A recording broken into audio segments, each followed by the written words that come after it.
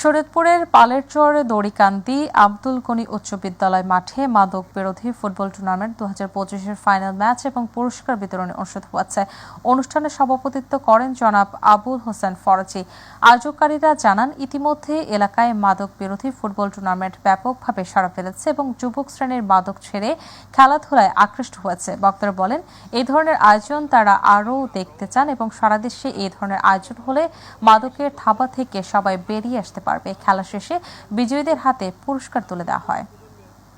Football tournament 2025 আয়োজন করেছে, যাতে এলাকার মাদক মুক্ত হয়, যুবকরা যেন মাদক ছেড়ে খেলার দিকে ধাবিত হয়। আগামীতে আমরা মাদক বিরোধী আরো বিভিন্ন ধরনের টুর্নামেন্ট করে আমরা সফলতা লাভ করতে পারবো। সত্যি আনন্দিত এবং আমি সত্যি গর্বিত আমাদের ইউনিয়নে যে এই প্রথম আব্দুল গনি উচ্চ বিদ্যালয়ের এই প্রাক্তন ছাত্রদের সৌজন্যে যে মাদক বিরোধী ফুটবল টুর্নামেন্ট ইতিমধ্যে আমাদের ফাইনাল খেলা চলছে। এটার মাধ্যমে আমরা এলাকা থেকে মাদক মুক্ত করতে চাই এবং মোবাইলের সাথে মাদকের সাথে তারা আসক্ত হয়ে পড়তেছে।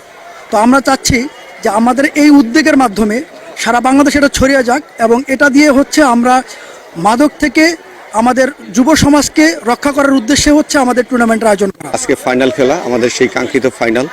তো আমরা দেখতে পাচ্ছি যে আজকের এই খেলা আমরা খেলতে গিয়ে অনেক ধরনের অভিজ্ঞতার মধ্যে দিয়ে আমাদের আসতে হয়েছে। তো 10 জনকেও যদি মাদক থেকে বিরত রাখা যায়, সেই প্রসেসটা সার্থক হবে এবং এটা আরও মাঝে মাঝেই আরও সুন্দরভাবে করুক। আমার সাথে যারা আয়োজক তাদের সাথে কথা হয়েছে যে আমরাও নেক্সট থেকে সাপোর্ট করব, কন্ট্রিবিউশন করব, আমরা থাকবো সাথে। অত্যন্ত আনন্দিত এবং গর্বিত যে আমাদের এই তরুণ প্রজন্মের যে খেলা, সেই খেলায় আমি রেফারির দায়িত্ব পালন করতে পারছি। আশা করি ভবিষ্যতেও আমি আমার জায়গা থেকে অটল থাকবো এবং ভালো কিছু উপহার দেব।